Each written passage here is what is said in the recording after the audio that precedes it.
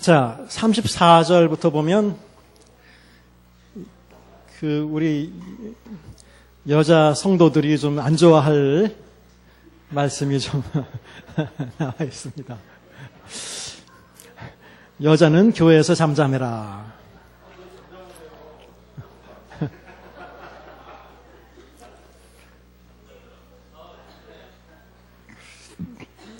자, 이건 좀 현대에 와서도 이것도 이제 뭐 몇 가지 해석을 할 수 있는데 그 중에 몇 가지만 말씀드릴게요.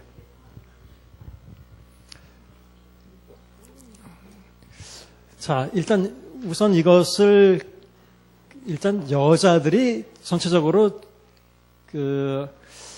예배 때 나와서 뭐 하는 거에 대해서 이것은 좀 금지한 것이다라고 이제 뭐 그렇게 해석하는 경우가 이제 첫 번째 경우라고 볼 수 있어요. 근데 그 이유는 그냥 여성이나 남성에 대한 어떤 차별이 아니라 분명히 바울이 그 앞에서도 얘기했죠. 남자 없이 여자가 나온 것도 아니고 여자 없이 남자가 나온 것도 아니고 또 그리스도 안에서는 여자나 남자나 종이나 자유자나 헬라인이나 이들 다 하나다라고 분명히 바울은 그런 사상을 하고 있어요. 그러니까 여성이 더 열등하거나 어떤 차별이 있거나 뭐 그런 건 아니라고 봐요. 그래서 첫째 이런 해석을 하는 경우에는 그 당시에 고린도의 독특한 상황이나 어떤 이방의 어떤 문화적인 상황 이런 것들을 고려한 해석이라고 볼 수 있는데 뭐냐면 자, 고린도라는 도시는 우상 숭배로 유명하다고 말씀을 드렸었어요. 그렇죠? 그리고 우리가 지난주에 읽었던 데 중에서는 특히 아프로디테를 섬기는 신전에서는 그 당시에도 1000명의 신전 창녀가 있었다라고 이렇게 얘기를 해요. 그래서 여러분들 유대교에서는 원래부터 제사장이나 이런 사람들 하나님 앞에서 일을 하는 사람들이 다 남자들이에요. 제사장 여자들 없어요. 그렇죠? 여자들 그 안에 못 들어가요. 성소 안에 이스라엘의 뜰 안에까지도 못 들어가요. 여자들은 그 여인들의 뜰까지만 들어갈 수 있었어요. 그러니까 이스라엘 사람들의 원래 예배 드리는 데에서는 남자들이 다 제사장 역할을 하고 레위인도 다 남자고 다 남자들이 했어요. 그런데 이 이방 도시에서는 이방 신전이나 이런 데서는 여러분들이 가끔 영화를 보셔도 알겠지만 여자들이 그런 걸 많이 해요. 여자들이. 아까도 아프로디테 신전에서 신전 창녀들이라는 게 뭐 실제로 그런 제사 일도 돕고 실제로 스태프들이에요. 쉽게 얘기하자면 사역자들이에요. 사역들이 여자들이 1000명이나 있었다 이렇게. 그러니까 아마 고린도라고 하는 그 상황이 교회가 거기 섰는데 여자들이 앞에 나와서 뭐 말하고 어떤 걸 뭐 인도를 하고 그러면 이 사람들 습성에는 옛날 이교도 신전에서 예배드리던 뭐 그런 것들을 연상시킬 수 있는 상황 아니냐. 그러니까 근본적으로 특히 고린도라고 하는 독특한 도시에 있어서 여자들의 어떤 역할을 좀 제한한 거 아닌가. 이런 게 이제 첫 번째 하나의 견해예요. 두 번째 해석이 있는데 이거는 여성 신학자들이 아주 독특한 해석을 하는 거예요. 이건 일반적인 해석은 아니에요. 한번 들어보세요. 뭐라고 해석을 하냐면 지금 읽은 그 구절 있죠. 여자는 교회에서 잠잠해라. 그들에게 말하는 것이 허락함이 없나니 율법이 이런 것과 조직 복종할 것이요. 만일 무엇을 배우려거든 집에 가서 자기 남편에게 물을지니 여자가 교회에서 말하는 것은 부끄러운 것이라. 이게 어떤 여성 신학자들이 생각할 때는 직접 인용으로 지금 인용한 인용문이라는 거예요. 쉽게 얘기하자면 이런 식으로 여자들은 교회에서 떠들면 안 된다고 사람들이 말하는데 그런 몰상식한 사람들이 있는데 그건 직접 인용해놓고 그 사람들에 대해서 36절에 보면 야, 하나님의 말씀이 너에게로서 난 것이냐? 너에게만 임한 이렇게 말하는 사람들에 대해서 만일 누구든지 자기를 선지자나 신령한 자라고 생각하거든 내가 명령하는 이게 명령인 줄 알아라. 그러니까 이렇게 말하는 일부 몰직한 사람들이 있는데 그 사람들에 대해서 바울이 지금 야, 니네들이 무슨 하나님 말씀 받았다고 그러느냐? 니네들이 뭔데 그런 식으로 떠들고 다니느냐? 뭐 이렇게 말하고 있다는 거예요. 근데 재밌는데 들어보면 그 생각은 발상은 재밌는데 이것이 그런 직접 인용이라는 것을 알 수 있는 뭐 다른 근거가 없어요. 뭐 또 그 다음 구절이 바로 이렇게 말하는 사람들에 대한 말씀이라는 것을 알 수 있는 그 구절이 없어요. 그러니까 조금 그거는 이제 여성 신학자들이 어떻게든지 자기네들의 어떤 그 권익을 좀 회복하고 내세우기 위해서 이제 하는 해석이라고 보고, 이제 이 앞에 첫 번째, 두 번째 말고 세 번째 하나의 해석이 있는데, 저는 그 세 번째 해석이 가장 타당하다고 생각을 해요. 자, 우리말에는 여자는 교회에서 잠잠하라고 되어 있지만, 헬라어로는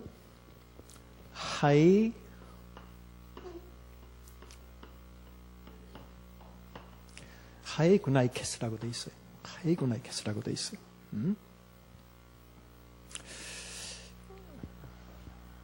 이게 여기 들어가야 되겠군요. 자, 이게 뭐냐면 뭘 말하려고 하냐면 이 구나이케스라는 말이 이제 여자들이라는 뜻이에요. 위민이에요. 영어로 하면. 문제는 이 앞에 정관사, 복수 정관사 더가 붙어 있다는 거예요. 이제 이거를 주의 깊게 본다면 바울이 지금 말하고 있는 것은 그냥 일반적인 여자들을 얘기하는 게 아니라 바로 그 여자들이란 말이에요. 지금 하이구나이케스라는 말은 그 여자들. 어떤 여자들을 지칭해서 정관사를 써서 그 여자들을 얘기하는 거예요. 근데 앞뒤에 자세하게 설명은 안 나왔지만 우리가 이제 문맥을 통해서 추측해 보건데 아마도 지금 앞에 계속 방언 문제가 나오겠잖아요. 교회에서 앞에 계속 지금 얘기하고 있던 게 그거 아니에요. 교회에서 믿지 않고 모르는 사람들이 들어왔는데도 방언으로 막 떠들고 얘기하고 말하는 사람들, 아마 그렇게 방언으로 교회에서 기도함으로써 일종의 문제를 일으켰던 사람들이 아마 여자들이었던 것이라고 추측을 하고, 그래서 바울은 그렇게 문제들을 일으킨 여자들에 대해서 그렇게 하지 않도록 아마 한 게 아닌가. 왜냐하면 정관사가 붙어 있다는 것 때문에 이제 그거를 이렇게 추측할 수 있어요. 그러니까 우리말 번역이 그냥 여자들, 이렇게 하니까 몽땅 여자들을 다 이렇게 통틀어서 말하는 것이 아니라 이렇게 무질서의 하나님이 아닌데 교회에서 자꾸 이렇게 질서 없이 문제를 일으키고 있는 그런 여자들에 대해서 말한 게 아닌가 이렇게 생각을 합니다. 어쨌든 바울의 본래 가진 바울의 어떤 철학이나 신학은 아까 말씀드렸지만 유대인이나 자유자나 또 뭐 남자나 여자나 다 그리스도 안에서 하나라고 하는 게 사실은 바울의 근본적인 어떤 생각입니다.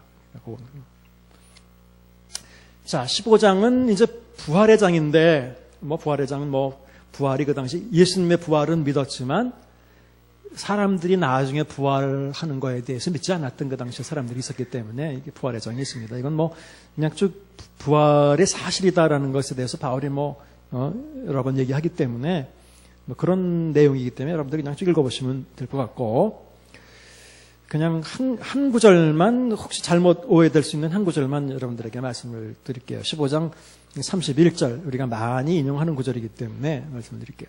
15장 31절. 형제들아, 내가 그리스도 예수 우리 주 안에서 가진 바 너희에게 대한 나의 자랑을 두고 단언하노니 나는 날마다 죽노라. 9절. 이 구절을 제가 지난 학기부터 그런 말씀을 많이 드렸지만, 우리가 성경을 이해하는데 가장 걸림돌은 성경 구절이 절로 나눠져 있고, 우리는 성경을 암송할 때 또는 읽을 때 그 한 구절만 이렇게 따서 항상 이렇게 보기 때문에 우리가 성경을 이해하는데 어떤 제한이 되고 문제가 된다는 거예요. 아까 예를 들자면 여러분들이 사랑의 장이 있었을 때 그게 방언과 연결시키고 성령의 은사와 연결시키고 이렇게 연결해서 잘 안 읽잖아요. 그냥 딱 떨어져 있으니까 그렇게 따로따로 읽잖아요. 그거 비슷한 거예요. 그래서 이걸 보면 그래서 날마다 자신을 쳐서 죽이는 이렇게 이해할 수 있을 것 같은데 그렇지 않아요.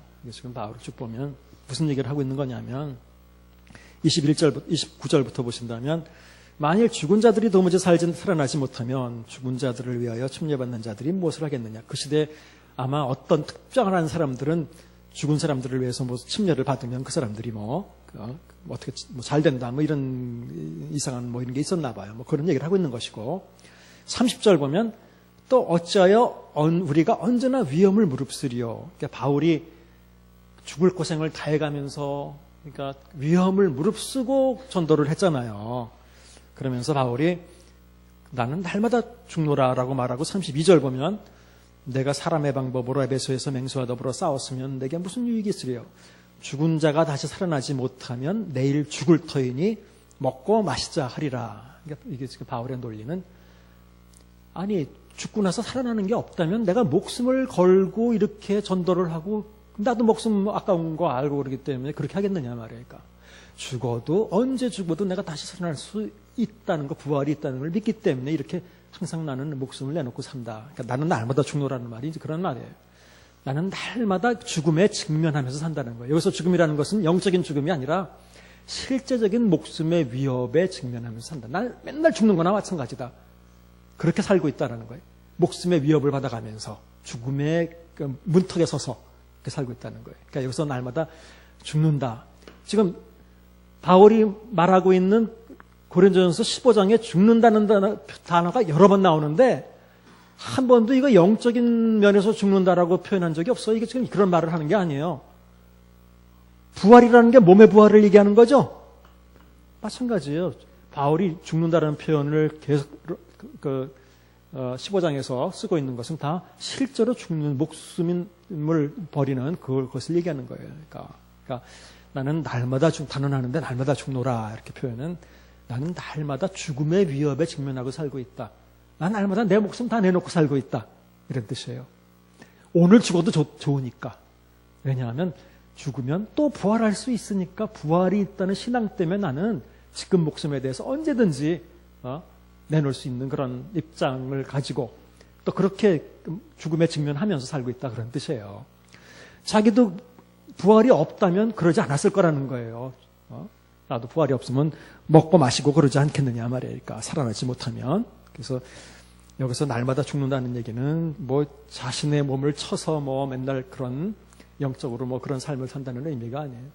목숨을 내놓고 자기가 전도하고 있다라는 것을 말하고 있는 얘기예요. 네. 자, 뭐 이제 시간상 고린도후서로 넘어가서 고린도후서 지난번에 말씀드린 대로 고린도후서는 크게 두 가지 문제를 다루고 있어요. 다 지금 못하겠어요, 시간상.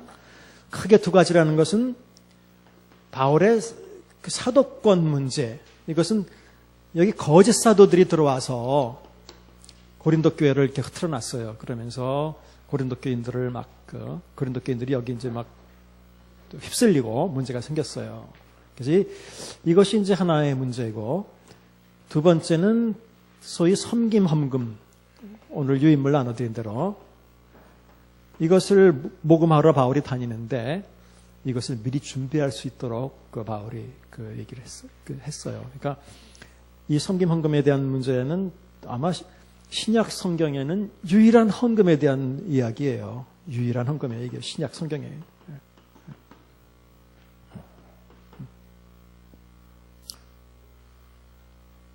바울 여러 가지 서신들이 있지만 어떤 다른 종류의 무슨 헌금에 대해서도 얘기한 본 적이 없어요. 그리고 지난 학기에 이미 말씀드렸지만 그 시대에는 그 어떤 다른 헌금도 필요가 없었어요, 실제로. 그렇죠? 말씀드렸지만 인건비가 나가는 것도 아니고 아까 말씀드린 대로 담임 목회자가 없어 그냥 그 은사를 받은 사람들이 돌아가면서 이렇게 예배를 진행되도록 이렇게 했죠. 건물이 필요 없죠. 먹을 거 필요 없죠. 다 하나씩 쌓아와서 나눠서 먹고. 그러니까 실제로 아무런 경제적인 다른 돈이 필요 없어요. 필요하다면 지금처럼 딱 한 가지 다른 이웃 교회의 가난한 지진과 기근 때문에 가난해졌을 때 그 사람들을 실제적으로 돕기 위해서 모금한 것 이외에는 어떤 모금도 필요가 없었어요. 실제로 필요가 없었기 때문에 그런 어떤 다른 요구들이 없었던 거죠. 어쨌든 이 두 가지 문제에 대해서 다루고 있습니다. 고린도후서는. 그래서 그냥 1장부터 쭉 시간이 있으면 그렇게 다룰 텐데 그렇게 안 다루고 그냥 이 두 가지 문제에 대해서만 지금 좀 다루도록 하겠습니다. 고린도 교회에 그 거짓 사도들이 들어온 것 같은데 성경을 보면 우리 그 교재를 보면 65쪽 여러분들 교재 보시면 65쪽에 그 고린도 후서 성경을 통해서 재구성해낸 거짓 사도들의 모습이에요. 거짓 사도들이 어떤 바울의 얘기에 의하면 첫 번째 그들은 하나님의 말씀을 팔아먹는 자들이다. 이게 우리말 번역에는 말씀을 혼잡케 한다라는 표현을 썼는데 이거는 팔아먹는다는 말이 훨씬 정확한 번역이에요. 그래서 그 사람들은 말씀을 팔아먹는 사람들이다 말이에요. 그러니까 아마 말씀의 가치를 약화시키고 그다음에 아마 경제적인 여기를 통해서 어떤 이득을 추구하고 이런 사람들을 거짓 사도들이라 말이에요. 그다음에 두 번째, 그들은 유명인의 추천서를 받아가지고 고린도 교회로 들어왔다. 그러니까 바울이 우리가 그럼 누구의 추천을 받아서 오겠느냐 말이야. 너희가 우리의 추천서랑 똑같은 건데 바울이 스스로 이렇게 얘기하죠. 이 사람들은 유명인의 추천을 받아가지고 왔어요. 그들은 외모를 얼굴을 자랑하고 마음을 자랑하지 않는다. 그다음에 바울과 동역자들을 육신적으로 행동한다고 비방한다. 바울을 비난을 많이 하죠. 그들은 바울의 편지는 중하고 힘이 있지만 실제로 만나보면 몸은 약하고 말은 시원치 않다. 경멸할 만하다. 근데 사실 바울이 이걸 인정했어요. 사실이다라고 바울 얘기하거든요. 근데 사실인데 어쨌든 그 약점을 잡아서 계속 공격을 했죠. 그다음에 그들은 자신을 내세운다. 그들은 남의 수고를 가지고 분량 밖에 자랑을 한다. 결국 다른 복음과 다른 영을 전한다. 그리고 바울을 또 비판하는데 사례를 받지 않은 것이 또 문제라고 얘기한단 말이에요. 뭐가 문제가 있으니까 안 받는 거 아니냐. 그 다음에 또 그렇지만 또 실제로 안 받은 것도 아니라 다른 데 가서 어디 착복을 또 했다라고 또 이런 식으로 또 비판을 하고, 그리고 중요한 것은 그 다음에 성도들 위해 군림해서 그들을 부리는 자다. 이건 이따가 이제 읽어볼게요. 그들은 자신 있고 힘 있게 행동한다. 그들은 혈통을 자랑한다. 그러니까 소위 스펙을 자랑하는 거예요. 혈통과 무슨 자기네. 그 다음에 자신들이 체험한 환상과 계시를 난 이런 환상도 보고 이런 계시도 받았다. 이런 걸 자랑한단 말이에요. 바울이 이제 이런 거에 대해서 자기가 이제 답변을 하고 있는 상황입니다. 이제 쭉 이렇게 보면, 자, 다시 그 부분을 그냥, 그 헌금 부분보다 그 부분을 한번 먼저 보죠.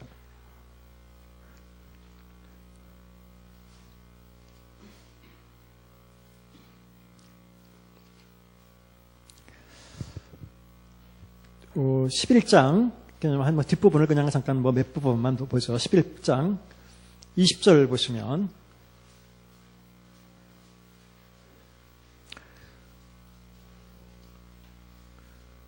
누가 너희를 종으로 삼거나 노예처럼 이렇게 부리거나, 바울의 표현이 잡아먹거나 빼앗거나 스스로 높이거나 뺨을 칠지라도 그 사람들도 문제지만 너희가 용납하는도다. 그 위에 보면 19절에 보면 너희는 지혜로운 자로서 어리석은 자들을 기쁘게 용납하는구나. 이렇게 표현을 썼어요. 이제 이게 문제라는 거예요. 그러니까 정말 이렇게 잘못된 그 종들이 지금도 이런 사람들이 있어요.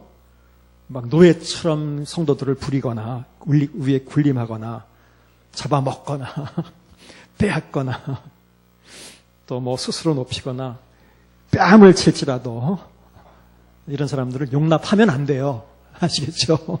용납하면 안 돼요. 그걸 용납하는 거에 대해서 바울이 참 화를 냈어요. 제가 이제 지난주에도 말씀드렸지만 이상하게 겸손하고 더 좀 인격적이고 이런 그 목사님들에 대해서보다 오히려 이렇게 하는 사람들을 더 은근히 좋아하는 것 같아요. 그러니까 더 따라가기도 하고. 그래서 그것이 오히려 일반 성도들의 그 문제이기도 하다. 이런 게 카리스마가 아니다라는 거예요, 이거는.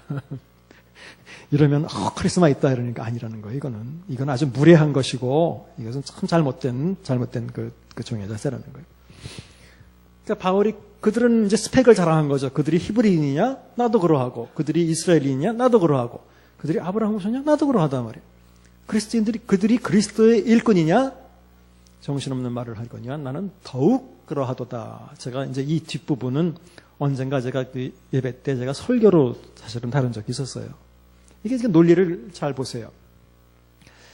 그 사람들도 자기도 그리스도인 일꾼이라고 주장했고, 그래서 그 사람들이 하는 일들은 이렇게, 그 사람들이 자랑하는 것은 자기네들의 스펙을 자랑하고, 그 다음에 계시와 환상을 본 걸 자랑하고 이런 걸 막 자랑했어요. 근데 그런 거 자랑할 거면 바울이 자랑할 게 없겠어요? 자기도 얼마든지 있지. 근데 바울은 자기가 그리스도의 일꾼이라는 것에 대한 증거는 그런 스펙이 아니라, 거기 보면 자기가 더욱 그리스도의 일꾼이라는 표시가 내가 수고도 넘치도록 하고 옥에 갇히기도 더 많이 하고 매도 수없이 맞고 여러 번 죽을 뻔하였으니 뭐 40에 하나 가면 매를 5번 맞았고 3번 태장으로 맞고 돌로 맞고 3번 파손하고 뭐 저쩌고 무슨 위험과 27절 수고하고 애쓰고 자지 못하고 줄이고 목마르고 굶고 춥고 헐벗었노라. 바울은 내가 쟤네들보다도 훨씬 더 그리스도의 일꾼이라는 표시가 재밌게도 무슨 거대한 자기 스펙도 아니고 자기 많은 뭐 기적을 행한 것을 가지고 한 것도 아니고 그 복음을 전하기 위해서 그러니까 이 많은 정말 죽을 고비를 넘기면서 고생이 더 많이 했다. 별을 더 많이 달았다라는 거, 이런 면에서 정말 뭐 산전수전 공중전 자기 다 겪었다라는 그게 오히려 자기로서는 그리스도의 진짜 일꾼된 표시다라는 것을 바울이 자랑하는 거예요. 이런 게 이제 진짜 소위 그리스도의 사역자라는 거예요. 보세요. 뭘 자랑하고 있는가 말이에요, 사람들이. 그런 바울은 외적으로는 이랬지만 항상 마음속으로는 기쁨이 있었다라고 얘기할 수 있을 것 같은데 바울은 속도 편할 날이 없었어요. 여기 고단을 읽어보시면.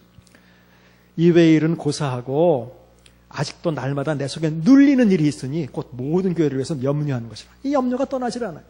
떠나질 않아.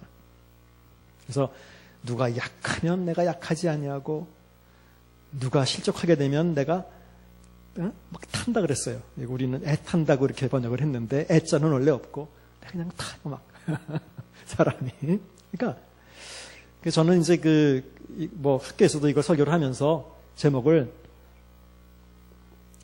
약한 지도자라고 제가 제목을 정했었어요. 약한 지도자. 약한 지도자. 반대말은 강한 지도자. 아까 말씀드린 대로 우리는 이런 사람을 일반적으로 원하고 이런 사람이 카리스마 있다고 그러고 좀 그런 거 아니에요? 막 말도 좀 이렇게 막 하고 뭐 뭐든지 뭐 앞이 뭐 형통하고 뭐든지 잘할 것 같고. 근데 바울을 보면 한없이 성도들 앞에서 약해지고 복음 앞에서 외적으로나 내적으로도 항상 마음 졸이고 마음 애타하고 이런 거. 약한 사람 앞에서 더 약해지고 이게 바울의 마음이었어요. 이 마음을 한번 이해해 보세요. 그래서 바울은 바로 30절 내가 부득불 자랑할진대 내가 약한 것을 자랑한다. 이게 좀 강한 걸 찾는 게 그러니까 정말 약해지는 게 더 힘든 거예요. 특권을 막 누리고 눌리고 누르는 거 이런 것보다. 그래서 자기를 희생해가면서 약해진 그 바울. 그래서 바울이 그 사람들에 대항해서 자기가 자랑하는 거는 너희들은 사람들을 누르고 빼앗고 뭐 때리고 이런 걸 자랑하는지 몰라도 그래도 꼼짝 안 하고 내 말 다 들어. 이런 걸 자랑하는 게 아니라 나는 교인 하나가 그냥 막 힘들고 그러면 내가 얼마나 힘든지 약해지고 더 약해지고 실족하게 되면 또 그렇고 그걸 바울은 자기가 자랑이라고 자랑을 했어요. 이제 12장에 넘어가면 이 말씀도 여러 번 드렸는데 그들이 워낙 자기네들은 환상과 계시를 많이 봤는데 바울은 편지에도 그렇고 자기가 환상과 계시를 본 데 대해서 별로 쓰지도 않고 아마 말도 안 했던 것 같아요. 그러니까 이 사람들이 아마 바울을 공격한 것 같아요. 바울은 환상과 계시도 본 적이 없어. 뭐 이런 식으로 공격했던 것 같아요. 그러니까 바울이 참다 못해서 14년 전 얘기를 하는 거예요. 14년 전에 셋째 하늘에 끌려 올라가서 셋째 하늘은 아시죠? 뭐 첫째, 둘째, 셋째는 하나님이 계신다는 그곳이에요. 그래서 4절 낙원으로 그걸 낙원이라고 다시 표현했죠. 가히 사람이 이르지 못할 말, 사람이 말해서는 안 될 어떤 말을 들고 내려왔어요. 그런데 이 얘기를 하다가 그냥 끝내죠. 6절 다 자세하게 얘기하네요. 내가 만일 자랑하고자 하여도 어리석은 자가 되지 아니할 것은 내가 참말을 함이라. 그러나 누가 나를 보는 바와 내게 듣는 바에 지나치게 생각할까 두려워하여 그만둔다. 그러니까 말하다 그만둬요. 괜히 이런 문제에 대해서 지나치게 생각할까 봐. 그래서 계시에 대해서는 말을 잠깐 꺼내는데 거짓말은 아니라 그래요. 14년 전에. 그것도 끌려 올라가서 보기만 한 게 아니라 듣기도 하고 내려왔다는 거예요. 근데 이거를 여태까지 말 안 하고 있었다는 거예요. 할 수 없이 하도 그냥 공격을 하니까 잠깐 남의 일처럼 잠깐 얘기하다가 그것도 말아요. 이게 바울의 태도예요. 그래서 이 사람들은 계시를 받았다고 자랑하고 어떻게 보면 환상을 자랑했던 거예요. 그러니까 이게 다른 거예요. 그러니까 이게 뭐 그렇게 중요하냐는 말이에요. 그러니까 이 중에서 아마 바울이 계시 받아서 메시지로 고린도 교인들에 전할 수 있었던 건 아마 다 메시지로 전했을 거예요. 아까 그 방언 문제처럼 어떤 메시지로 된 것은 다 전했을 거예요. 하지만 환상 자체나 계시를 받은 자체가 이들에게 그런 어떤 신비로운 체험 자체는 자기 개인적인 체험이기 때문에 그건 뭐 그렇게 중요하다고 생각하지 않았어요. 또 사람들이 여기에 대해서 지나치게 생각할까봐 그만둔다 그랬어요. 그래서 제가 언젠가도 말씀드렸지만 14년 동안이나 이걸 말을 안 하고 있던 이것도 아마 그 고린도서에서 이 거짓 사도들이 막 공격하고 뭐 문제 삼지 않았으면 말 안 했을 거예요, 아마. 근데 그나마 그런 것 때문에 잠깐 언급하다 마는데 이제 그런 태도를 보면 이제 현대인들은 너무 이런 실제로 어떤 걸 뭐 봤다가 치자 말이에요. 그러니까 환상에서. 그게 교회를 세우기 위해서 아까 그 은사처럼 정말 도움이 되는 거라면 자기가 삶으로 그렇게 이제 도움을 줄 수 있는 것이고 아니면 말로 어떤 그런 도움, 메시지로 그런 도움이 필요하다면 그렇게 도움이 되면 되는 건데 많은 사람들이 계시나 환상 그 자체를 굉장히 중요시 여기지 않느냐 말이에요. 이건 그 환상이나 계시의 의미가 중요한 것이지 더더군다나 그 계시와 환상은 개인이 체험하는 체험일 뿐인데 제가 항상 이 문제를 강조하지만 개인의 체험은 그 개인에게 있어서는 굉장히 중요한 거예요. 물론 사실이에요. 그건 저는 의미 없다고 보지 않아요. 하지만 그건 굉장히 주관적인 거죠. 자기한테 의미가 있는 것이지 그것이 다른 사람에게도 의미 있는 것이라고 항상 볼 수는 없어요. 그건 자기 체험인 것이지. 그러니까 바울의 이런 예를 들어보면 제가 요즘 현대인들이 바울과 같이 이렇게 셋째 하늘에 끌려 올라가서 많은 걸 보고 듣고 내려왔으면 14년이 아니라 14초도 못 견디고 일단 제일 가까이 있는 사람한테 얘기를 하고 제가 그러죠.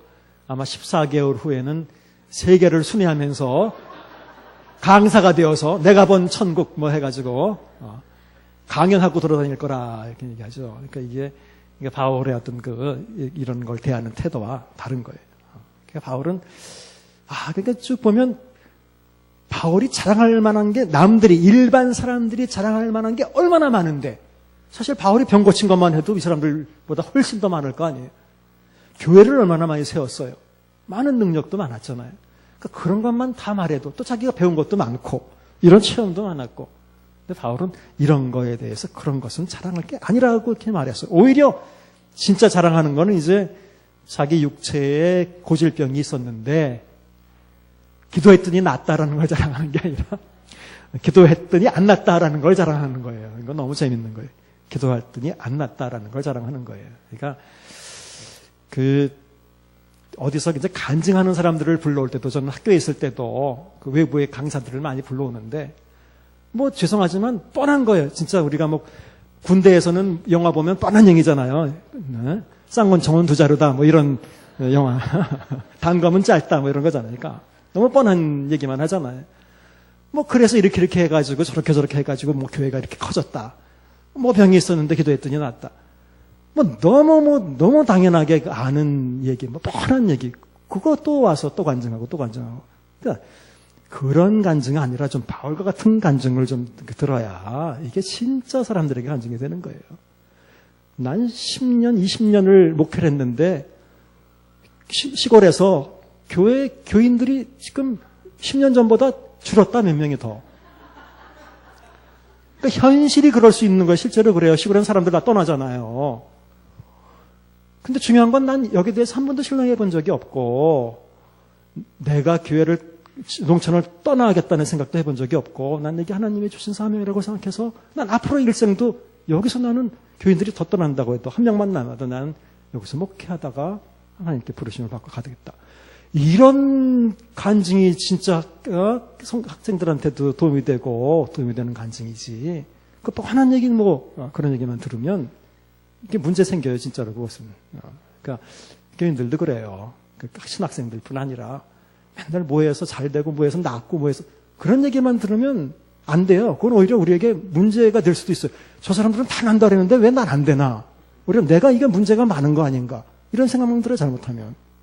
난 이제까지 신앙생활을 20년, 30년 해도 이건 나는 그 형편없는 신앙생활을 하는 거 있는 거 아닌가? 이상하게 자기 자책을 하게 되고 그러는 거예요. 그런 게 아니에요. 그러니까 바울처럼 이렇게 난 바울이 이런 걸 여기 써놨다는 게 얼마나 우리에게 힘이 되는지 몰라요. 우리도 3번 기도해도 안 되는 거 많잖아요. 30번 기도해도 안 되는 거 많잖아요. 바울과 같이 그런 거 똑같은. 바울의 위대한 점은 바로 제가 전에도 그런 말씀을 드리죠. 현대인들은 바울 보면 바울 믿음이 없다고 그럴 거단 말이에요. 바울의 문제는 3번 기도하고 10,000대의 문제가 있단 말이에요. 이 사람 끝까지 들어줄 때까지 기도했어야지 왜 3번 기도하고 마느냐 말이에요. 이게 현대인들의 문제예요.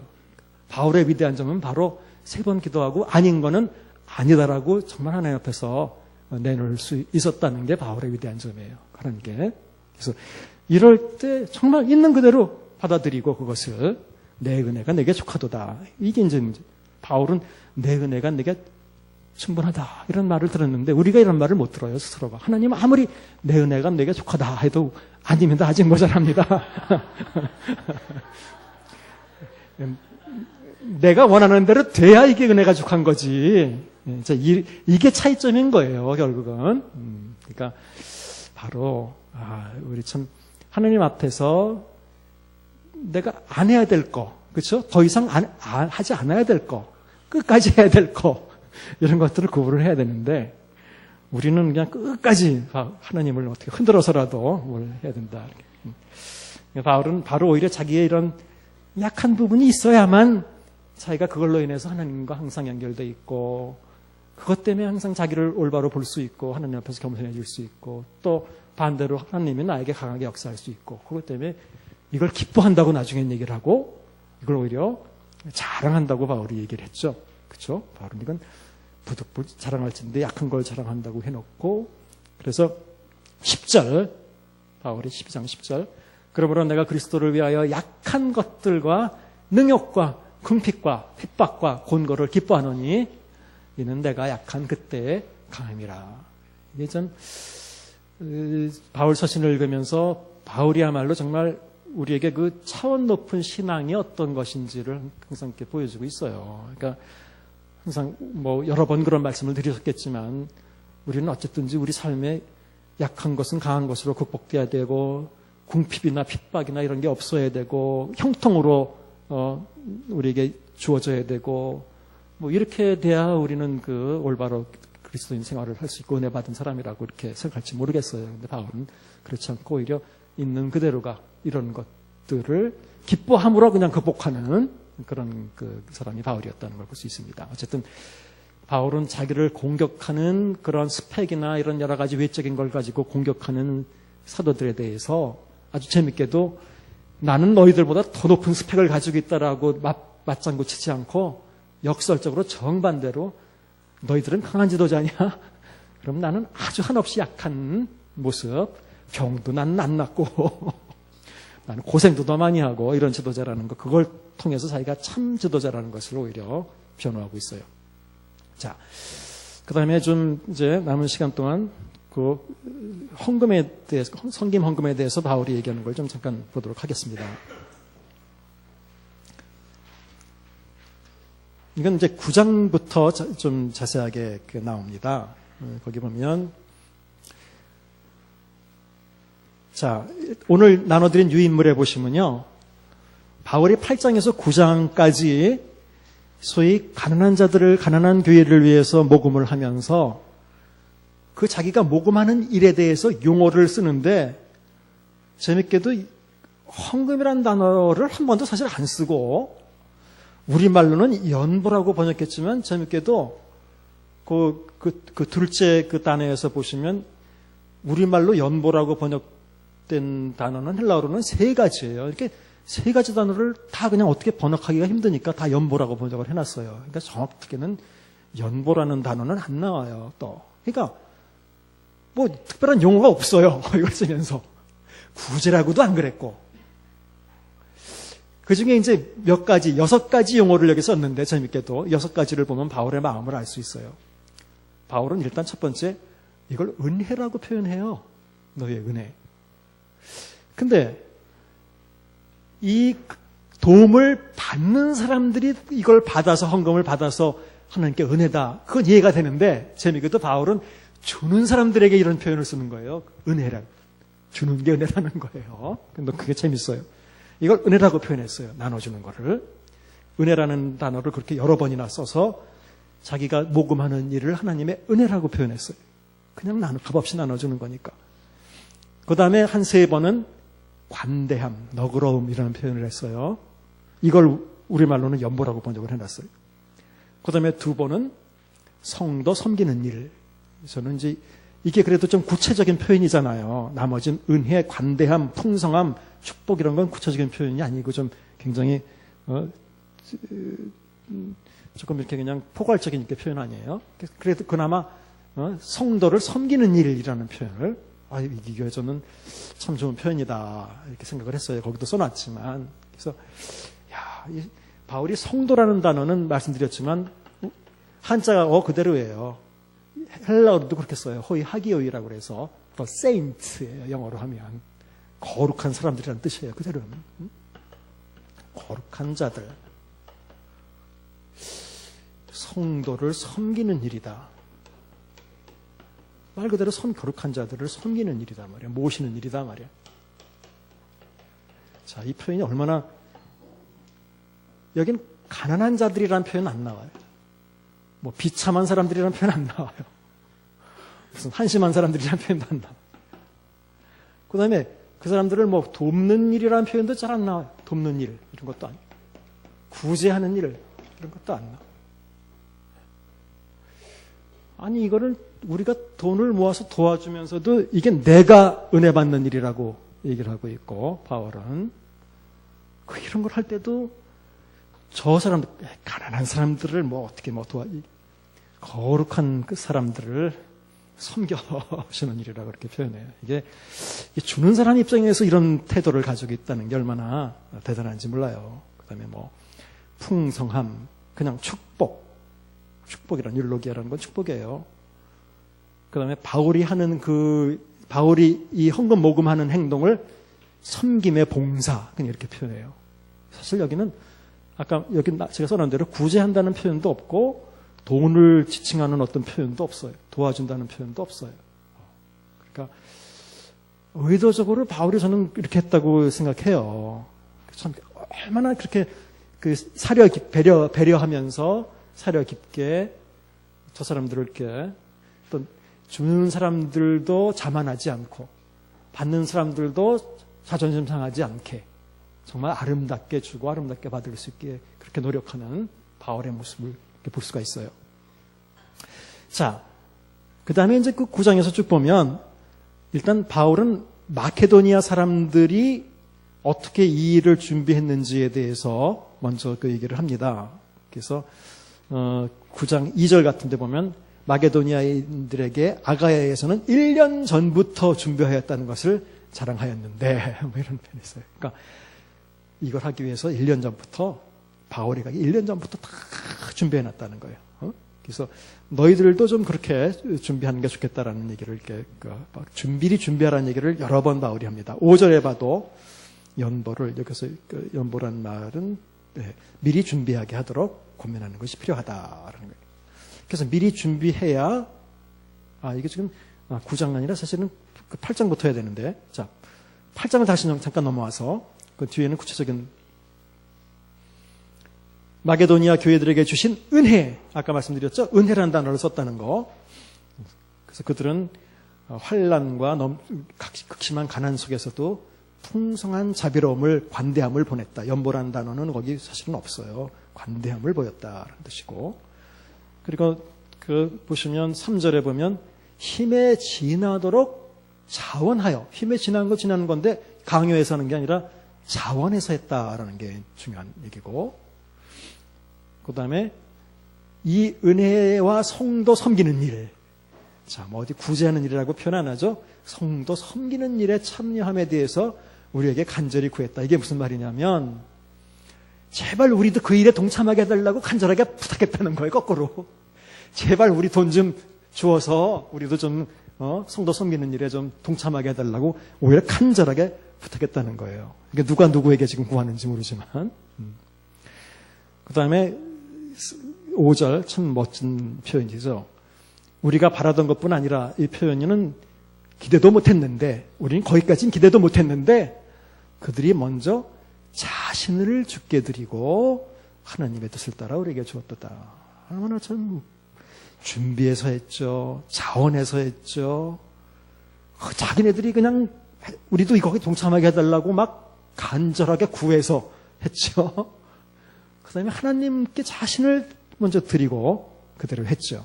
이렇게 멋진 마게도니아 교인들의 어떤 본이 있었다라는 거예요. 그래서 그럼 교인들도 그럼 그렇게 하는 게 좋겠다라고 바울이 이제 7절부터는 이제 쭉 그렇게 얘기합니다. 은혜를 풍성하게 해라. 8절 사랑의 진실함을 증명해라.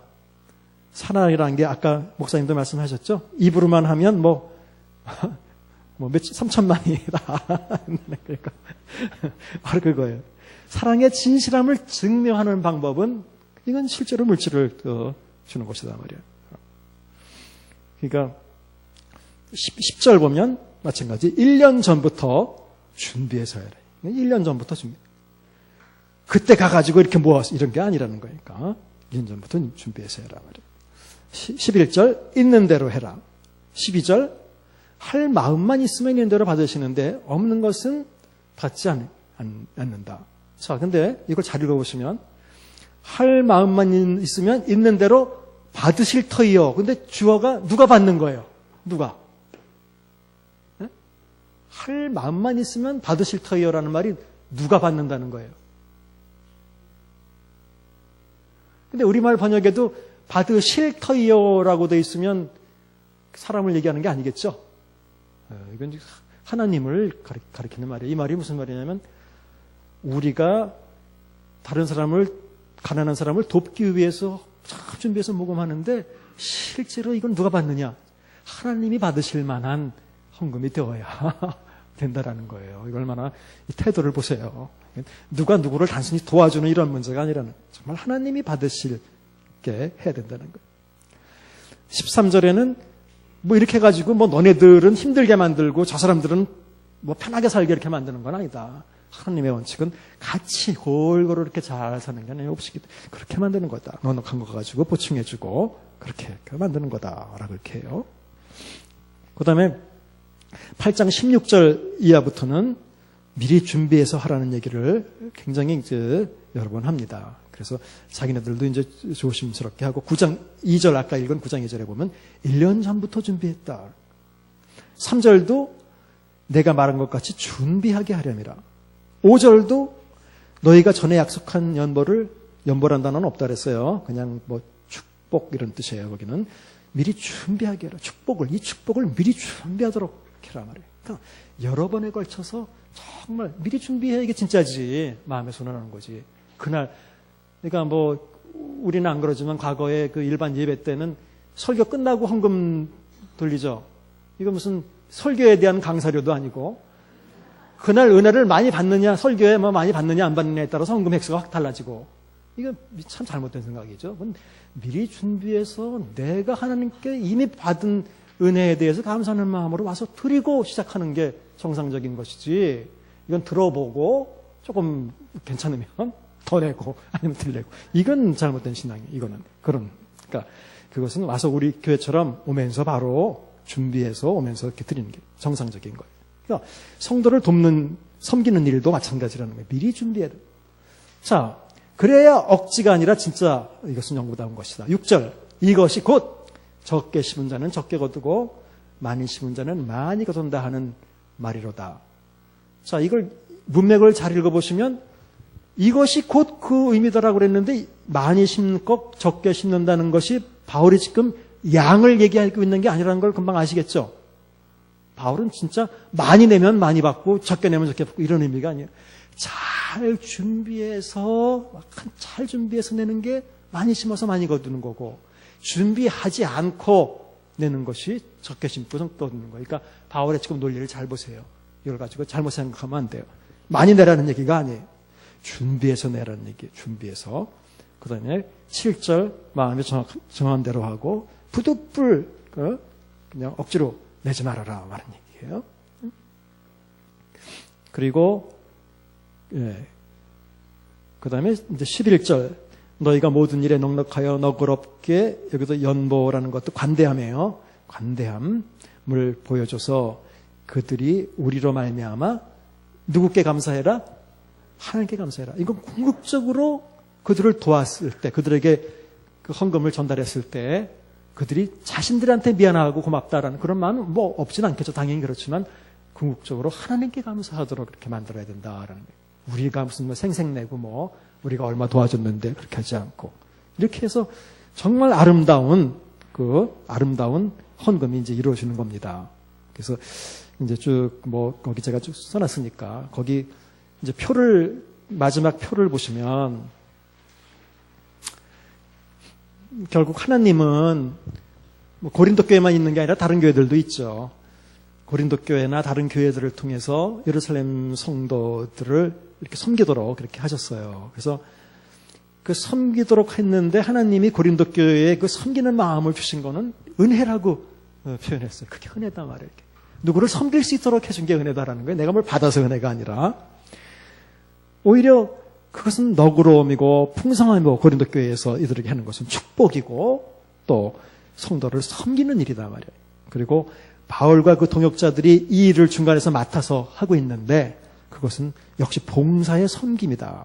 그래서 하나님은 이런 섬김을 통해서 균등하게 만들어지고 또 예루살렘 성도들을 부족한 것을 이렇게 보충해 준단 말이에요. 그러니까 어쨌든 이것을 통해서 우리가 알 수 있는 거는 이게 어떤 사람들을 돕는 일 하나에 이렇게 준비를 하고 이렇게 근본적으로 정말 하나님 앞에서 올바른 마음을 가지고 하나님께 드리는 것처럼, 하나님께 받으시는 것처럼, 또 저 받는 사람들이 자존심 상하지 않게, 또 잘못하면 주는 사람들이 드러나지 않게 그렇게 조심해 가면서 이 일을 진행하는 이렇게 모습을 보면서 우리가 정말 섬기는 일을 어떤 방법으로 해야 되는지를 잘 우리가 파악할 수 있었을 겁니다.